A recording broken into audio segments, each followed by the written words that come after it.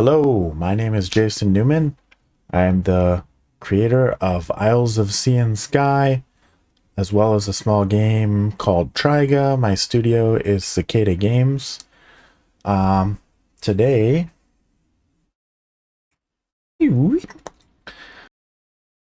I'm talking about tutorialization without text, how I do it in my game Isles of Sea and Sky. So say no to tutorial walls of text. So this is probably the classic example that people think of when talking about tutorials without text, tutorials through gameplay, the sort of idea of show don't tell.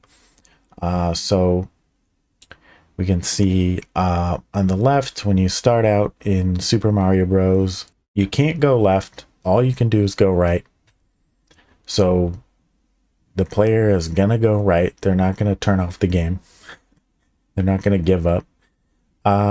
And once you go right, you see things like this question mark block, and you see your first enemy.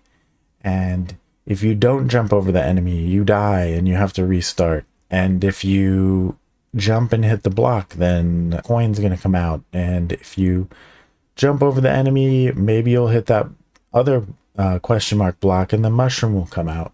And if you get the mushroom and it falls down and it goes back to the left, which is a mechanic of the game, this is how they work in the game. So the player is going to learn, if they jump over the mushroom and miss it, then they're going to learn once that thing goes off screen there, then they've missed it. But if they get it, they're going to grow big, and that's a major mechanic of the game the player learns about right away. And then you have to jump to proceed. So you basically learn all this very essential pieces of the game right away, just through gameplay, no text, super simple, no hand holding. And yeah, it's a very simple example because it's a very classic game, but I think it's very relevant still today. What I'm trying to do is have respect for the player, respect their intelligence. And so, for instance, I assume that they're going to know to press buttons on a gamepad or on a keyboard. I'm going to assume that the player knows the basics, the very basics of video games. But of course, as game devs, we have to tell ourselves that we have the bigger brains, even if it's not true. And so here we have this sort of funnel that you see often with like marketing type stuff, this marketing funnel, or if you have a website, then this is people coming into your website, and there's these different stages that you need them to go through to get to the end, which may be like buying a product or something like that, signing up for an email list. And basically you have people bouncing out of this process the whole time. And so, we talk about this with marketing with on Steam and things like that, where you want to funnel people in with your marketing, making them aware of your game and things like that. And they get to the end where they actually buy your game on Steam. But I think that this process continues. Yay! That's when they buy the game.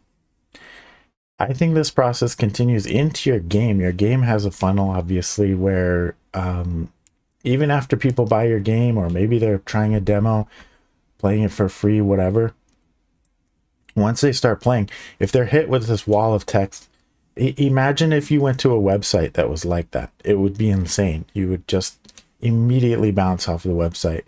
Like, you know what you want to do. You want to go buy something, and they just hit you with this wall of text that you must click through in order to get what you want.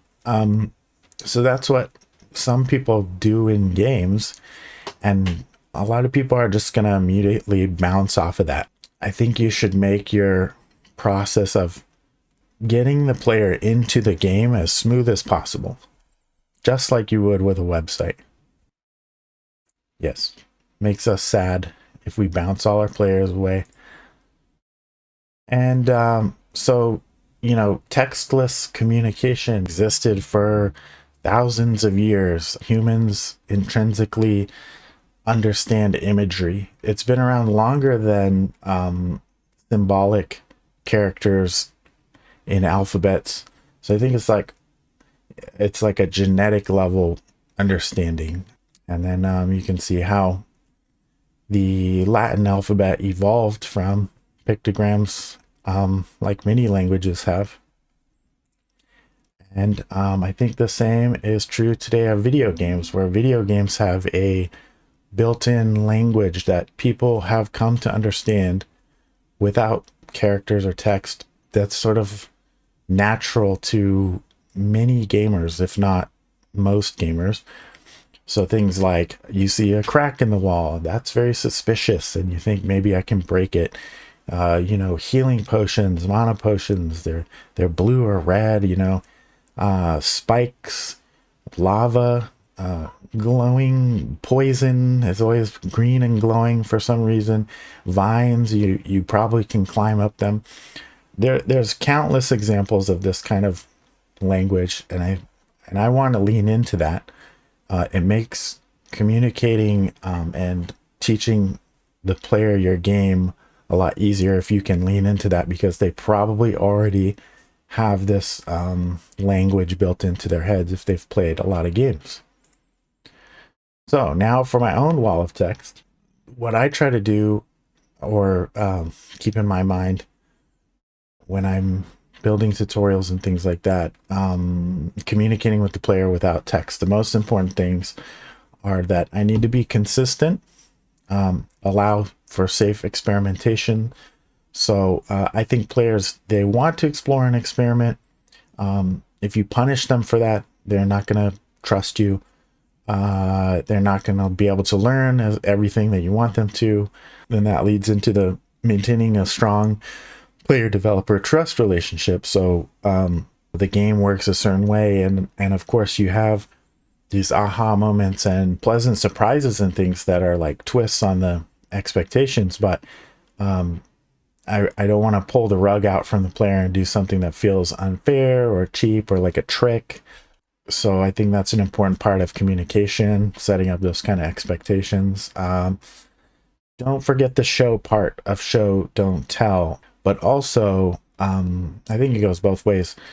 You need both of them. If you're just telling the player what to do with pop-ups and stuff, they're just going to click through it, not remember anything or care about anything. And if you don't show them anything, then they're just going to be guessing wildly. And I have seen some puzzle games where the player just has no idea what's going on, and they're just trying random moves, and they might solve it eventually. So I try to create puzzles where you can't just solve it by trying random inputs. I need the player to like really grasp what happened when they solve it. Not only is it super rewarding, but then, you know, they'll remember later on how to use that information. And also, I think you can provide as much optional text and information, lore, everything like that as you want, as long as it's optional. You know, players that are interested are they'll spend time reading all that stuff, but most people just want to dive into the game and see what it's about. The most important thing about all of this is that when you allow a player to the freedom and safety to experiment, it makes what the player discovers infinitely more memorable for them, because they're the ones that discovered it. And instead of you just presenting them with a bunch of text explaining something that, first of all, they're probably just going to click and close right away because they want to play the game.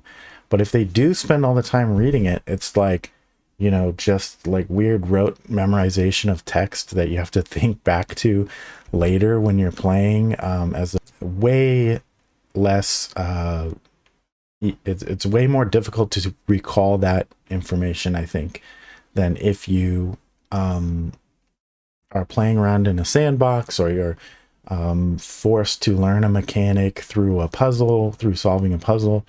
That's why I think textless tutorialization is so important and impactful, because the player is the one that discovers it, and I think that really makes it stick in their heads.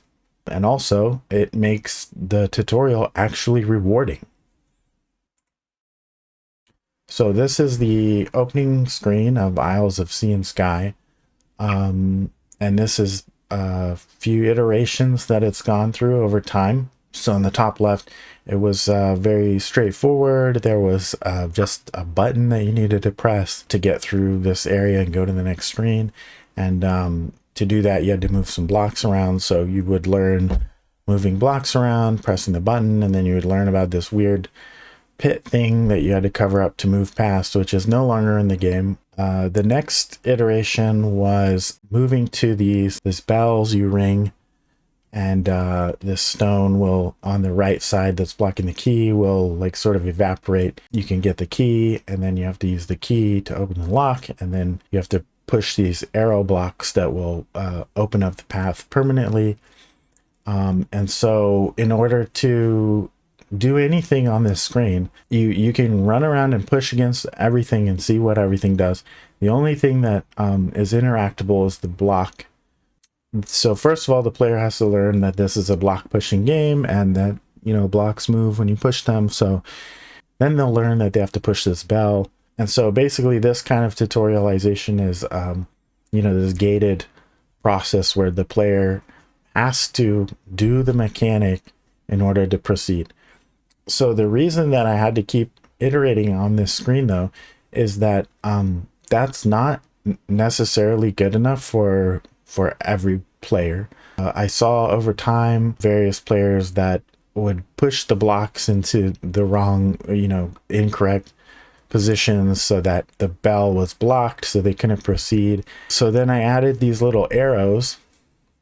If you push the block up, there's an arrow underneath that one which tells you to push the other block to the left. So it kind of holds your hand a little bit on the first screen. But surprisingly, like, some people just literally don't see the arrows. I don't know why, but that's just the way it is. So then I added on the bottom right screen, you can see there's like carving in the wall showing the buttons for undo and reset, and the player wouldn't know it's undo and reset, but you know, it's kind of a hint. And if you push the blocks into a fail state, then that starts flashing and making sound to hopefully give the player a hint that they can undo or reset. If they press pause, there's the option in the pause menu that says reset. So yeah, even though it seemed like that second iteration was simple enough, it just really wasn't. And I want as many people as possible to enjoy the game. And you can't make assumptions about player perception, because everybody perceives things differently.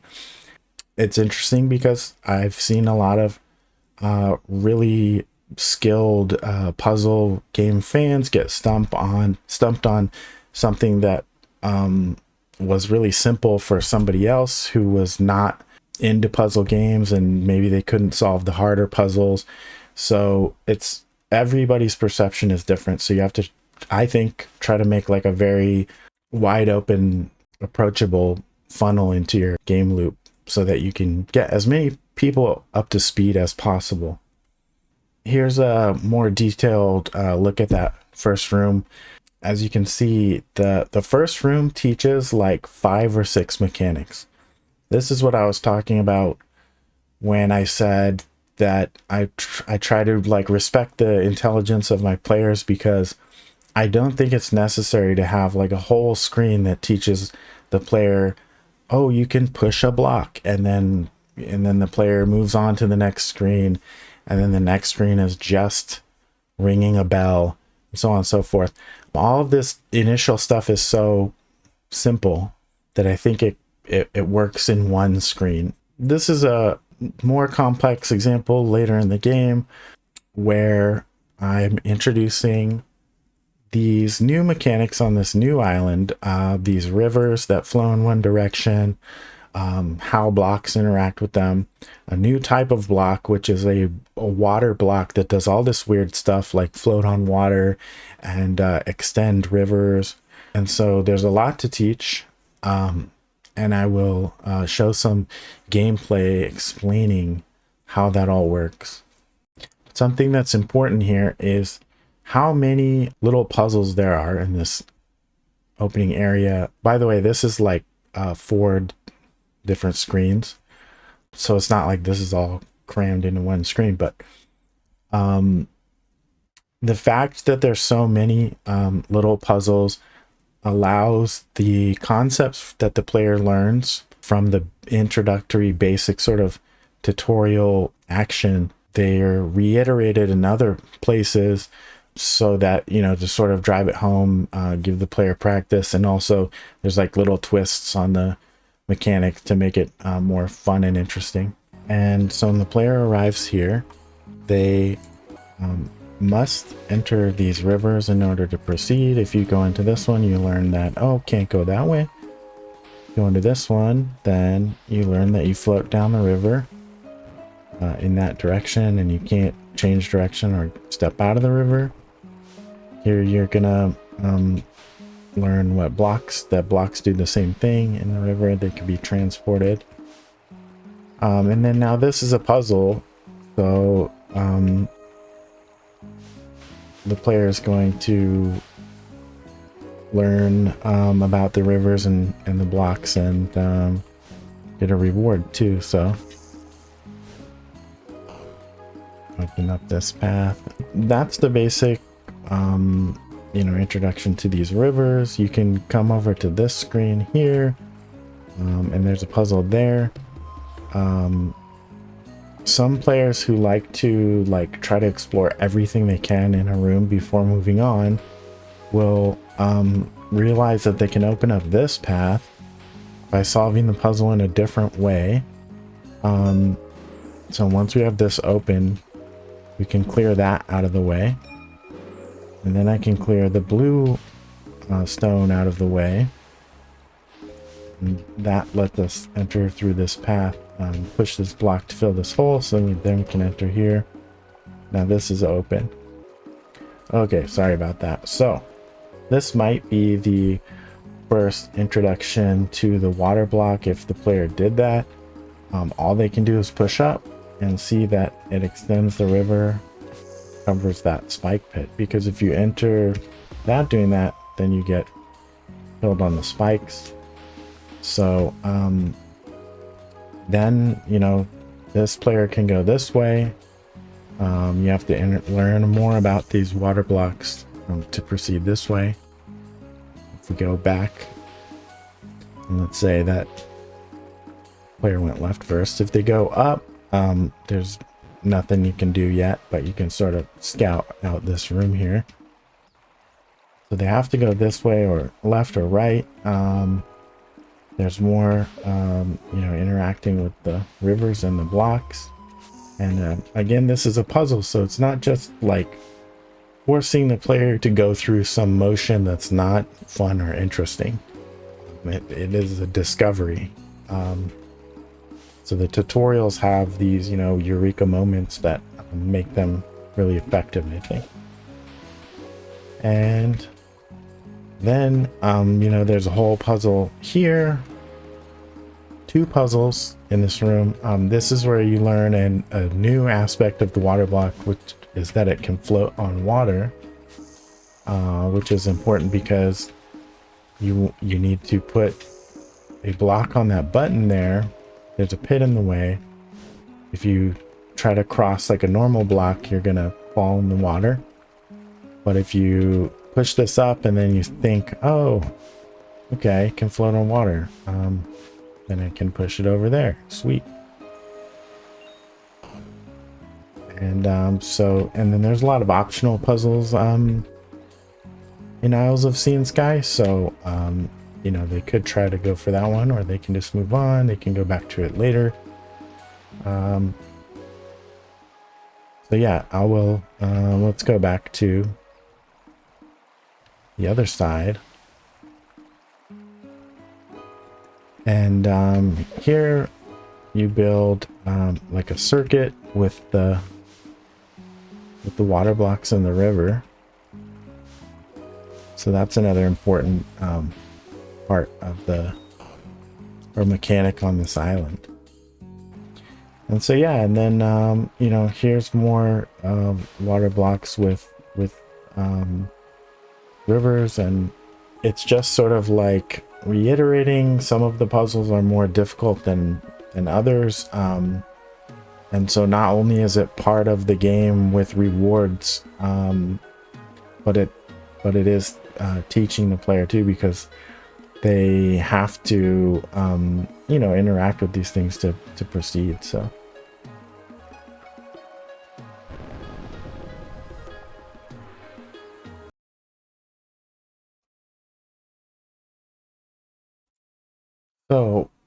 there are many other examples and ways of doing textless tutorials. The way that I do it in Isles of Sea and Sky is gated or player led, where they have to the player has to learn the mechanic initially in order to proceed, but then there are lots of opportunities to explore and experiment and do optional puzzles and things like that. In the game portal, in the opening area, you can grab these objects and pick them up while you're listening to the narrator. So that's sort of like the player opting to interact with things, and it's an important mechanic later because you have to use the same method to actually pick up the blocks that you need to use in the puzzles. And then after that, it becomes gated initially, where you need to put a block on the red button in order to see what the red button does, which it opens a door. For Super Mario 64, it's this sort of like playground tutorial where you're just given this wide open space right away. The control set and move set is super fun on its own. The player is just thrown right into this amazing interactive experience right away that they want to experiment with, and you're going to learn very quickly how to do all these flips and all this crazy stuff. Then you have in this Kirby game, which somebody in my Discord community pointed out to me, because I haven't actually played this game, but this game has these a few of these newer Kirby games, I guess. They have these very dynamic signboards that you know, show you a button to press and actually show what the action is going to do, and then they will actually change once you do the thing, which is really cool because this doesn't actually stop the player. This is a totally optional thing, and so a experienced player that's just going through the game again doesn't even have to do this. They could skip this one up if they want. They could also they can also just blow through the opening area without paying attention to any of these signboards. So I think that's a very excellent example. Not sure how it would work with a puzzle game, but it definitely works for this action game. So, and there's another one that I encountered when doing research, which I would call sink or swim, which seems to be in some action games where the player is just like thrown into like an initial fight or a boss battle or something, and they have to learn the controls or they just lose.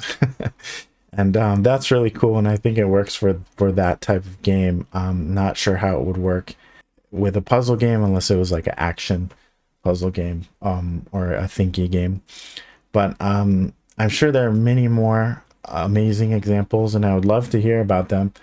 So thank you so much for watching my talk, and if you have any great examples of textless tutorials or any ideas for how I can improve this slide deck, let me know. Thanks for watching.